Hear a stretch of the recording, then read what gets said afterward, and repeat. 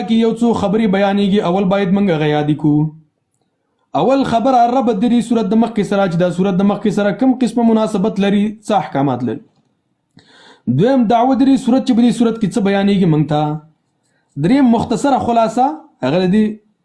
څلورم نمونه د دې صورت اسماء السوره هغه موږ بیان کو. باید ربط خو مخکې دینه بل صورت نشته، نو د دې وجه نه د دې صورت ربط مخکې سره نشته. دویم دعوه د دې صورت نو په دې کې اعلان د توحید دی او رد علی جميع انواع الشرک، چې شرک بیخي مکوئ، د شرک نه ځان وساتئ، صرف توحید د الله سبحانه وتعالی ومنئ. دویمه دعوه چا ویلي چې اثبات الحمد لله عز وجل، چې د الله لپاره حمدونه صرف د الله لپاره ثابت دي. دا خبره په سورۃ الفاتحه کې ذکر کیږي. خلاصه د دې صورت دا چې اول دعوه ذکر کوي، د صورت موضوع ذکر کوي چې هغه الحمدلله ده، په دې سره به ذکر کوي.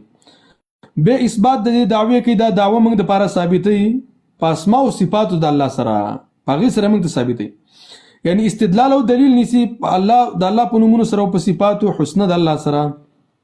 به په دې باندې نتیجه په اخر کې بیانې او په دغه دعوه د توحید باندې او به تعلیم د دعا ذکر کوي د لپاره د هدایت. به ذکر کوي د درې قسمه فرقو، د درې قسمه ډلې چې دغه د دعوی د توحید سره تعلق لري، چې څوک یې مني او څوک یې نه مني، او څوک چې مني نو هغه ته منعم علیهم ویل شوی، او څوک چې نه مني نو که سره د علم نه مني هغه ته مغضوب علیهم ویل شوی، چې علم ور سره د بیا نه مني، او که بغیر د علم نه مني نو هغه ته ضالین ویل شوی. دا بیان شي. څلورمه خبره د دې صورت نمونه باید موږ ځان سره یاد کو. وړو کې کڅو کې وته لیکل هم شي، ځان سره ولیکي د دې صورت نمونه.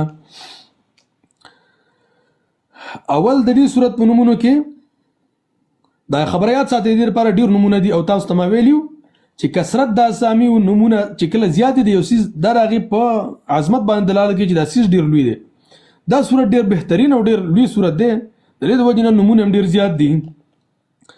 اول د سورۃ الفاتحه ویل شوی دا وجه دې دار چې قران کریم افتتاح دې باندې شوی، د قرات افتتاح دې باندې قران کې ځکه د سورۃ الفاتحه ویل کیږي. لکه دا ابن جریر رحم الله دا خبره کړي.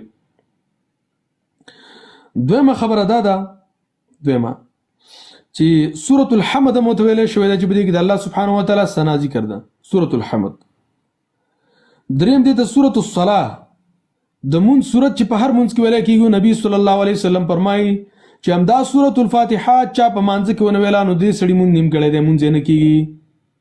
لا صلاة لمن لم يقرأ بفاتحة الكتاب، چا چې سورۃ الفاتحه په مانځ کې ونه ویلا دې سړي مون نیم کړي مونږ نه کېږي.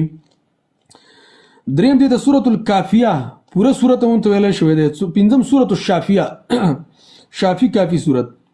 سورۃ الکنز مون ته ویل شوی دی، مطلب د خزانه ولا سورۃ، لوی سورۃ.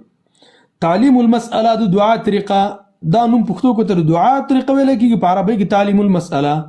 دعا به موږ څنګه غواړو هغه په دې سورۃ کې موږ ته بیانېږي چې په دې طریقه باندې تاسو خپل دعا وغواړئ.